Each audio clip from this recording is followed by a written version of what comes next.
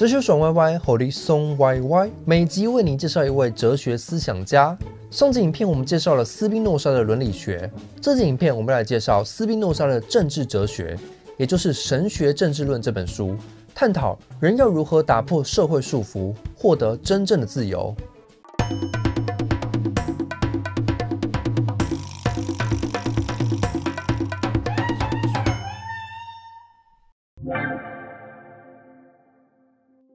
《神学政治论》这本书在1670年出版。斯宾诺莎说，这本书的目的是要保卫思想的自由。人天生就有渴望自由求知的本性，但这种自由时常会被侵犯。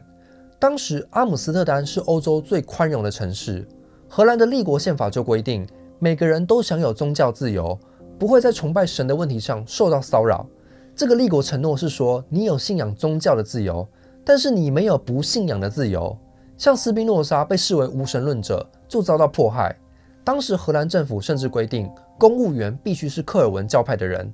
教会势力太庞大，阻碍了哲学家思考的自由，所以斯宾诺莎就写了这本书，试图拆穿宗教权威跟政府的假面，希望邀请知识分子一起来破除迷信，带社会走向启蒙。这本书因为内容过于惊人，出版商决定用假名出版，结果一出版就震撼全欧洲，被批评是放荡之书，来自地狱的书，隔年就被高等法院判决为非法著作。当时的知识分子里，只有莱布尼兹写信给斯宾诺莎表示钦佩，多数人则是指控斯宾诺莎是无神论者，说他的存在会危害到荷兰共和国。这让斯宾诺莎有点像苏格拉底，苏格拉底也是被精英阶级指控，说他的言论会危害到城邦，必须把他处死。那接下来我们就来谈谈斯宾诺莎的神学政治论是如何捍卫哲思自由。斯宾诺莎的政治哲学根本目的是为了让人成为更自由的存在，那就必须问，社会上是什么让人不自由？谁在控制公共舆论，垄断真理的解释权？在当今可能是政党网军，但在17世纪的欧洲则是宗教团体，因为在欧洲历史上一直有皇权跟教权之争，国王会利用教会的力量，更方便统治民众。但问题是，你给宗教组织太多力量，人民反而会听从教会，而不是国王，结果就变成教会统治国家，而不是国家统治教会。宗教介入政治的问题至今依旧存在。美国有些州官方规定要教达尔文的演化论，不能教圣经里的创造论，宗教保守派就会出来抗议，说这是侵害他们的宗教自由。The evolutionist tries to deny this. He says, oh, we don't come with baggage. But actually, the natural baggage they come with, not everybody has this view, but the natural inclination is towards atheism. 那么皇权跟教权两个权威打架时，谁说了算？英国哲学家霍布斯在他的利维坦里就提到，君王管的是现世的政府，教会管的是来世的政府，但是合法权威只能有一个，就是君王，否则人民就会无所适从。那神职人员怎么办呢？他们不过是一个骗子联盟，想在现世中得到统治人类的权利。斯宾诺莎也有类似看法，宗教是用情绪来控制人们的思想，最终目标是篡夺国家权力。所以批判宗教不是因为反对迷信而已，而是为了让人们得到思想解放，可以有更多自由去探索哲学真理。所以斯宾诺莎就要展开他的宗教批判，首先用一套心理学来解释宗教的起源。人类生活中时常会遭逢好运、厄运，这种机运的出现会挑战到人的主控权。如果一个人一生都很好运，他不会寻求解释，可能会认为这是自己努力来的，自己应得的。但是如果一个人很努力，却厄运不断，这时人就会思考，我怎么那么衰？是不是有某种外力在干扰我的生活？人心生恐惧下，就假想一股不存在的外力，像是恶灵、神、前世的孽，认为坏事背后必然有一个主体在干这个坏事。因为当人假想这个外力存在后，就可以进一步幻想说，我可以用某些方法控制这个外力。所以人类发明了献祭仪式来平息神的愤怒，这样一来，主从关系就翻转了。原本是我的生活被厄运主导，现在变成我是主导者，我有能力改变环境，举行仪式祭典，人就找回了生活中失去的控制感。所以宗教其实起源自一套主控感的心理学，人想透过宗教找回失去的主导权。这就衍生出一个有趣的结论，那是不是当生活好转后，人们就不需要信仰了？马克思跟尼采其实就持这种看法，我们不用浪费时间去批判宗教信仰，因为当人们拿回生活的主导权时，就不再需要躲进宗教的慰藉里。但如果这样的话，宗教组织就会失去一大批信徒，所以为了维系自己的权利，宗教组织就发明了各种律法、仪式、神学来控制群众，才能确保人们生活中就算没有遇到瓶颈，也会继续信仰。例如古罗马有固定节日举行庆典来娱乐诸神，这些宗教节日可以发挥一个重要的政治功能。当罗马帝国的君王做错事，社会上出现问题时，人们不会责怪统治者不懂得治国，反而会怪自己是不是在宗教仪式上疏忽了，一定是人们对神不够虔诚，才导致国运不佳，厄运连连。这样一来，政治人物就可以跟宗教团体结盟来巩固政权，人们不会察觉到问题不在自己身上，反而会想要为国家做更多贡献来维系主控感。所以斯宾诺莎的政治哲学根本上就是要处理这个问题，为什么人们顽强地捍卫奴役他们的力量，仿佛那是他们的救赎一样。接着斯宾诺莎进一步用心理学批判许多宗教里的人格神信仰。犹太基督教的神都跟人一样有情绪，中国传统的神也都一样有人性，甚至有人变成了神。感恩师父，赞叹师父。斯宾诺莎解释为什么许多宗教里的神都像人一样，这背后的心理是人感觉到社会上最有能力的人是君王，君王可以随心所欲发号施令，发动战争入侵别国，一个国家就灭亡了。同样的，地震天灾发生的时候，那股力量就像是君王灭掉一个国家一样，那不就代表天灾背后有一个像君王一样的主体？所以神一定是像君王一样的人格神，像日本天皇万世一系就类似这种概念，相信君王是神的后代。这背后的造神心理学，就是人类把自己想象的完美状态投射到外部。所以斯宾诺莎说，如果三角形会说话，他也会说上帝是一个完美的三角形。批判完人格神之后，斯宾诺莎接着批判宗教里的先知，因为许多宗教的起源都是源自一群古代的先知。摩西据说可以直接跟上帝沟通，耶稣则是上帝的道成肉身，穆罕默德得到大天使加百列的启示。这些先知号称会将上帝的律法带来世界上，告诉人们如何追求良善的生活。因为神启是上帝给人的知识，那一定胜过哲学家能够带给人类的。这样一来，神学就垄断了何谓真理，何谓善，这恰好是斯宾诺莎要反对的。所以他要论证先知并没有办法垄断真理，先知的智慧不在于他们讲出了神的话，而在于他们讲出了群众想听的话，还有群众会害怕的话，因为他们很理解群众心理，知道群众渴望什么，惧怕什么，而且能够以一般人听得懂的方式布道。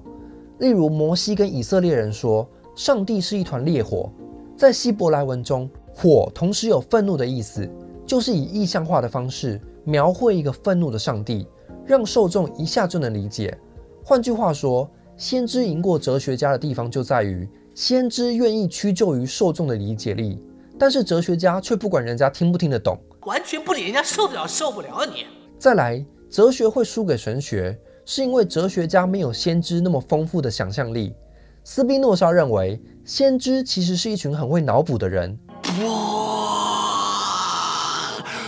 想象力太强了，能够把预言转化成影像、意象、梦境，再说出生动的故事，这就比哲学家用抽象论证更接地气。所以人们会去教堂里听牧师讲道，但很少人会去大学里听哲学家讲课。换句话说，宗教组织的创建人都很聪明，他们知道一般大众的知识水平很低，所以要激发人们的道德感，与其用哲学论证，不如用虚构的故事还更有效。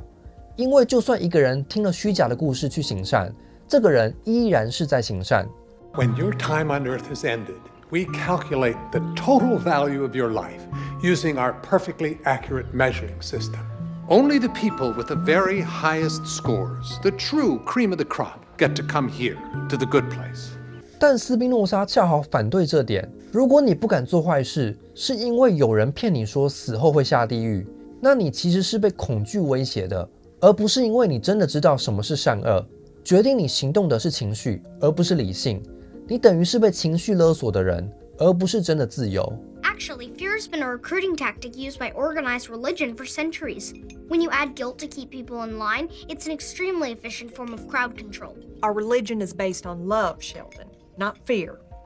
So what happens when people don't follow the rules? They burn in hell. Because God loves them.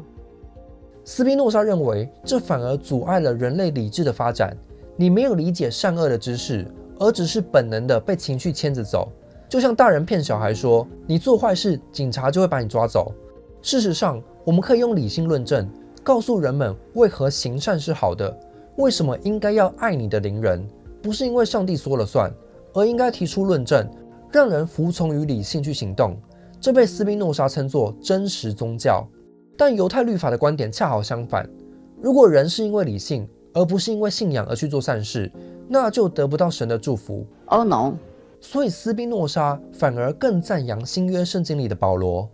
因为保罗在讲道的时候，话中具有理性论证的结构，而不像摩西只是搬出上帝的权威，说你应该要怎么做。批判完先知后，斯宾诺莎接着要批判超自然的观念。超自然就是超出自然科学可以解释的范围，像是奇迹、神迹。超自然现象其实在西方是一个重要的形上学问题，因为自然科学强调有果必有因，一切现象都可以还原出某个原因。但如果超自然现象存在，就代表有某种外力可以干扰自然的运作，所以许多哲学家都必须为超自然现象提供解释。像是莱布尼兹认为超自然现象存在，只是如果上帝需要不断介入人类世界来展现神迹，就代表世界是不完美的，需要不断维护。那上帝应该一开始就不会创造这样的世界。所以如果真的有神迹，应该是神在创世之初就预先安排好未来会发生什么，在一开始就植入了未来会发生的奇迹。但是一旦允许神迹存在，自然界的因果序列就会被打乱。牛顿力学告诉我们，重力作用导致物体坠落，但如果有神迹，就可以违反牛顿力学。像是摩西带领以色列人出埃及时，上帝把红海分开，这样人们应该相信圣经还是牛顿力学？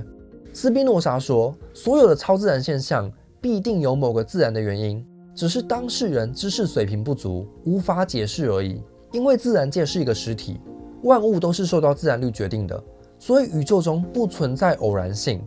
相信奇迹超自然现象的人，不代表他很虔诚，而代表他很无知，不能理解自然界的因果序列。例如圣经里说，大洪水退去后，上帝将彩虹放在诺亚面前，但斯宾诺莎本人是光学专家，他说这不过是太阳光经过水蒸气后的折射现象，只是古时候的人不懂，误以为是神的力量。或是玛利亚处女怀孕的故事，美国哲学家 Sam Harris 认为这是希伯来文的错误翻译，把年轻女人误译成了处女。所以各种超自然现象其实都可以得到合理的因果解释，但是统治阶级恰好喜欢大众的无知，这样他们就能讲述奇迹、超自然现象来控制信徒。因为对一般大众而言，要证明上帝存在最简单的方法，就是说神迹会介入人间的运作。但斯宾诺莎反而认为，相信超自然现象其实是对神的亵渎，因为自然界的物理法则本来就是神创造的，神干嘛又做一件事来违反自己创造的法则？这不是一个很自相矛盾的上帝吗？奇迹的存在其实证明了上帝的局限，因为他竟然创造一个不完美的世界，还需要自己不断的去维护，这反映出的是造物主的无能、不理性。斯宾诺莎对超自然的批判，为西方自然科学的兴起奠定了基础。如果地震是自然界发生的，你就必须寻找一个在自然界之内的解释，不能诉诸一个超自然的解释。在批判完宗教后，现在斯宾诺莎要来谈律法国家的起源，因为这也跟宗教有关。摩西带领以色列人出埃及之后，遇到一个问题：原本在埃及，以色列人是奴隶阶级，要遵从什么规范很清楚，但是解放之后，没有律法来指引以色列人生活了，他们其实就变成了一群无国籍人士。不存在什么民族认同。为了把以色列人统一成一个国家，摩西就从零开始创造律法，规定穿什么吃什么才是一个以色列人，借此跟其他民族区别开来。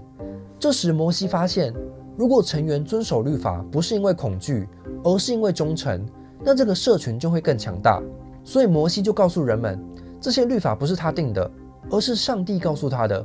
因为以色列人是被神选中的子民，某些犹太教派别甚至相信犹太人的灵魂都长得跟其他民族不一样，这就让以色列人连最普通的日常行动都充满了宗教性，仿佛我的所作所为都是在肯定神的律法。犹太律法还有犹太人是天选之人的观念，其实是领导人发明的话术，让人们团结起来，是一个危急时刻的求生手段。换句话说，律法的存在其实不是为了个人的宗教救赎，而是为了国家社群共同体的福祉。这就让斯宾诺莎得出一个重要结论：既然犹太律法是为了犹太人的国家利益，那么在希伯来王国终结后，犹太律法也就没有必要了。因为犹太人已经没有国家了，所以犹太人流放到各地后，应该遵守的是各国的律法，而不是摩西的律法。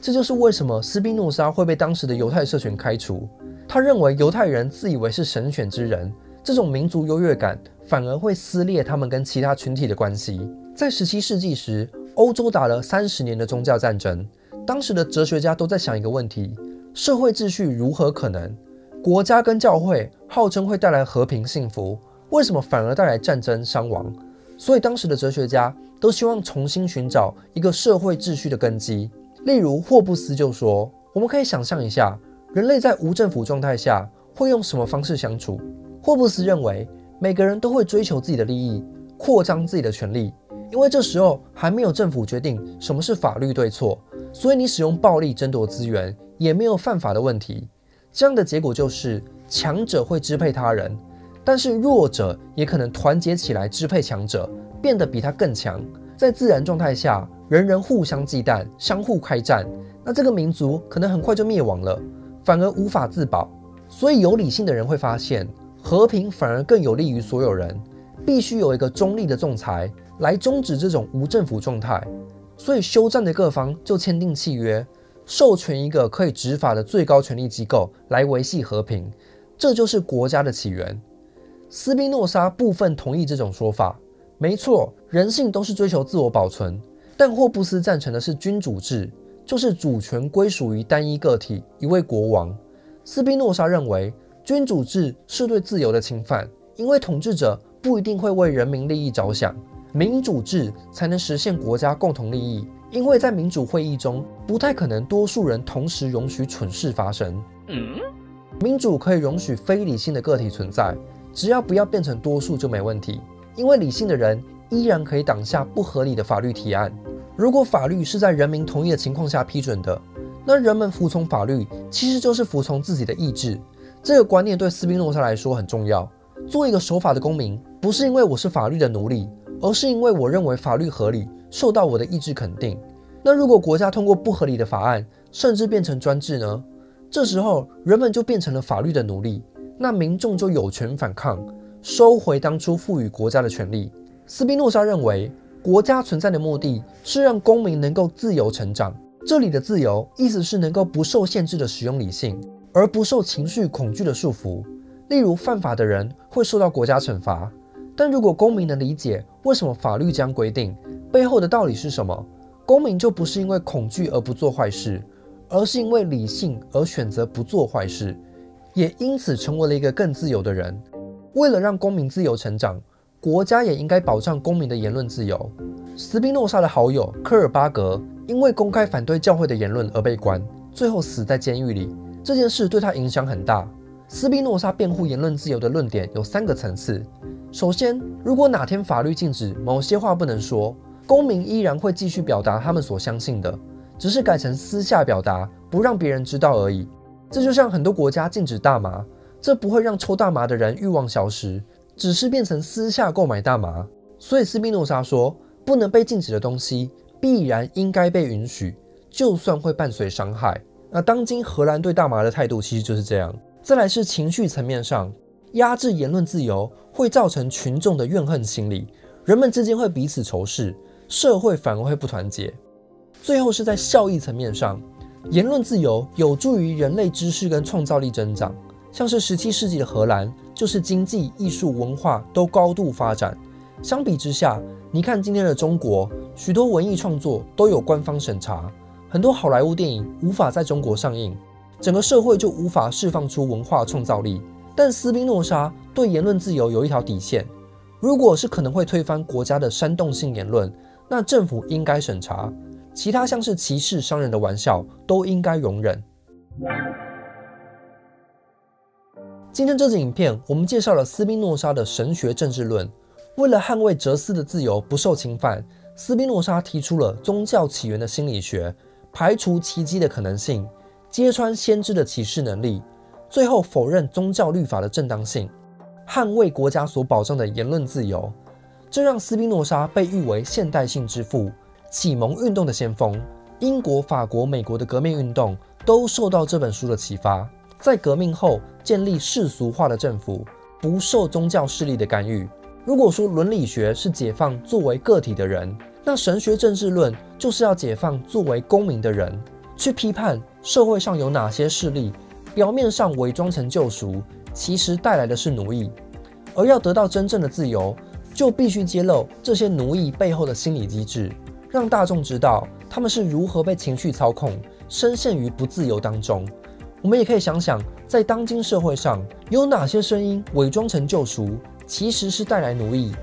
又为什么人们会顽强地捍卫奴役他们的力量，仿佛那是他们的救赎一样？